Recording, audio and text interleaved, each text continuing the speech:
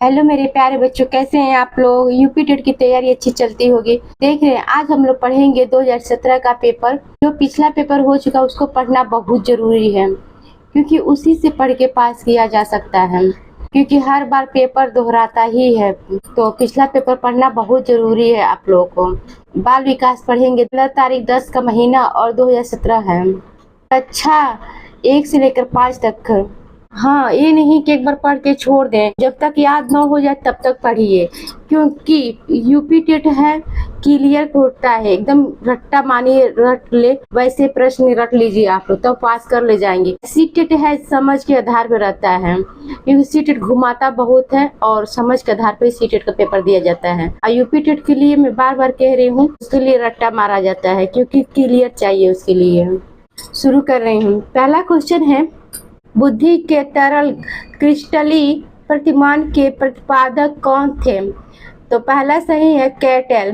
दूसरा, मेरे प्यारे बच्चों, मैं केवल क्वेश्चन आंसर ही करूंगी।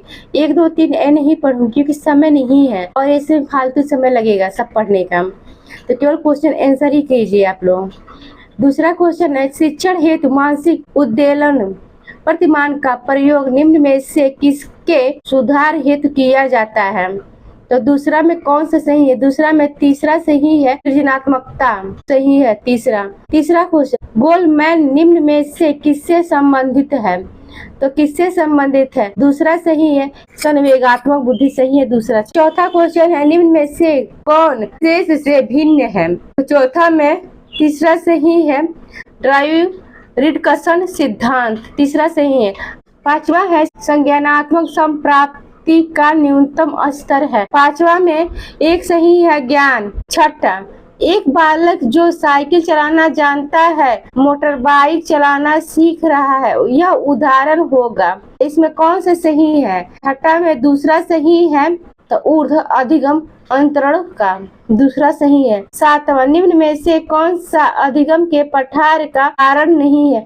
मेरे प्यारे बच्चों, जहाँ नहीं आ जाए आप लोग लाइन खींच दीजिएगा, क्योंकि नहीं के जगह पे सही करके क्वेश्चन आते हैं बच्चे, तो क्या होता है, गलत क्वेश्चन हो जाता है। बाद में ध्यान देते तो कहते हैं आता ही क्वेश्चन मुझसे गलत हो गया। इसलिए बार बार मैं कहती हूँ आप मेरे प्यारे बच्चों कि नहीं की जगह पे ऐसे लाइन खींच दीजिएगा जिससे सही हो। दूसरा सही है, विद्यालय का असहयोग।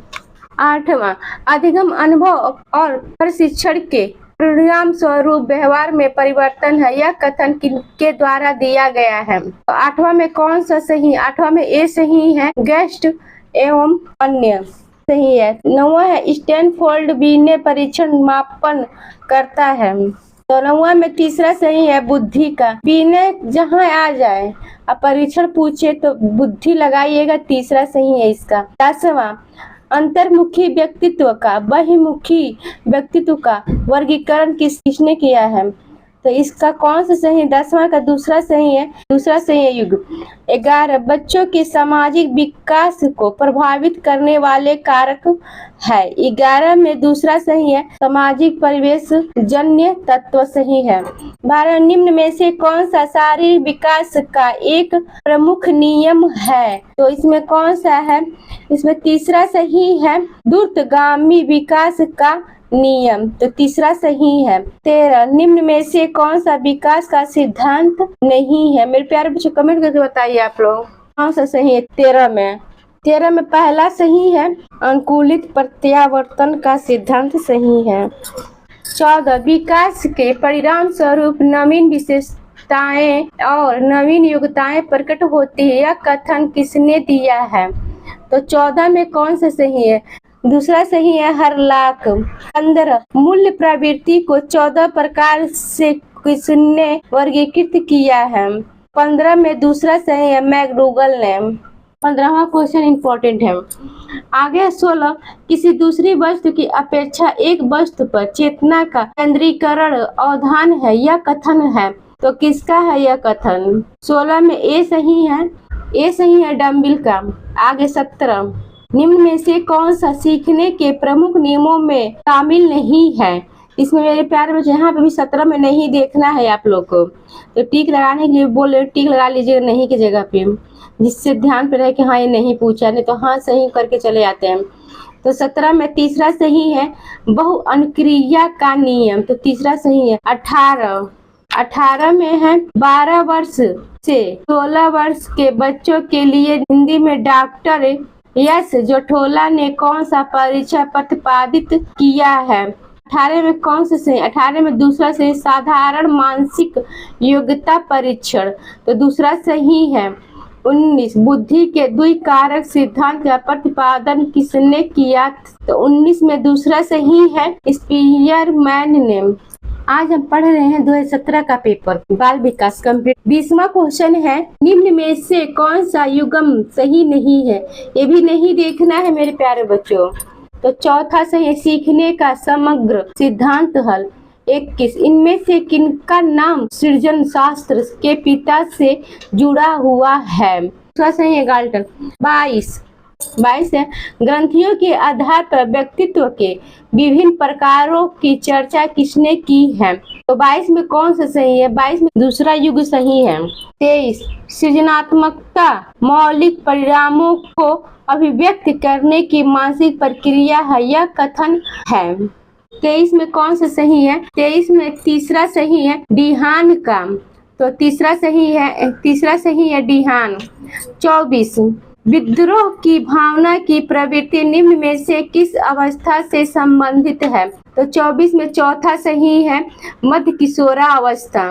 इस अवस्था में तूफान की अवस्था भी बोला जाता है। 25 है सीखने की वह अवधि जब सीखने की प्रक्रिया में कोई उन्नति नहीं होती कहलाती है। इसमें दूसरा से सीखने का पठार। 26 बुद्धि लब्धि निकालने का सूत्र है 26 का, कौन से सही है? डीएलएड और बीएड किए होंगे, इस क्वेश्चन को पढ़ाया जाता है। तो तीसरा सही है मानसिक आयु वास्तविक आयु गुणे 100।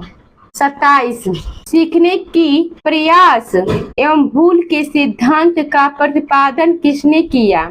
27 में तीसरा सही है थार्नडाइक ने। 28 समान संयुक्त कोशिका में गुणसूत्रों के जोड़े होते हैं, दूसरा सही है 23। 29 से क्रिया प्रस्तुत अनुबंधन सिद्धांत का प्रतिपादन किया, तो कौन सा सही है? चौथा सही है स्किनर ने। मेरे प्यारे बच्चों लाइक सब्सक्राइब करके मेरा भी मनोबल बढ़ाइए और मुझे भी सपोर्ट करिए मेरे प्यारे बच्चों, प्लीज आप लोग से रिक्वेस्ट है।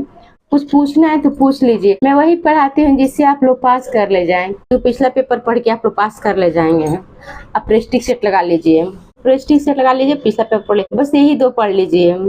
चलिए लास्ट क्वेश्चन है, मुझे भी सपोर्ट कर दीजिए मेरे प्यारे बच्चों। 30 है कोहलर निम्न में से किससे संबंधित है? तो 30 में कौन सा सही है? चौथा सही है अधिगम का सिद्धांत। कुछ पूछना है तो पूछ लीजिए कमेंट करके।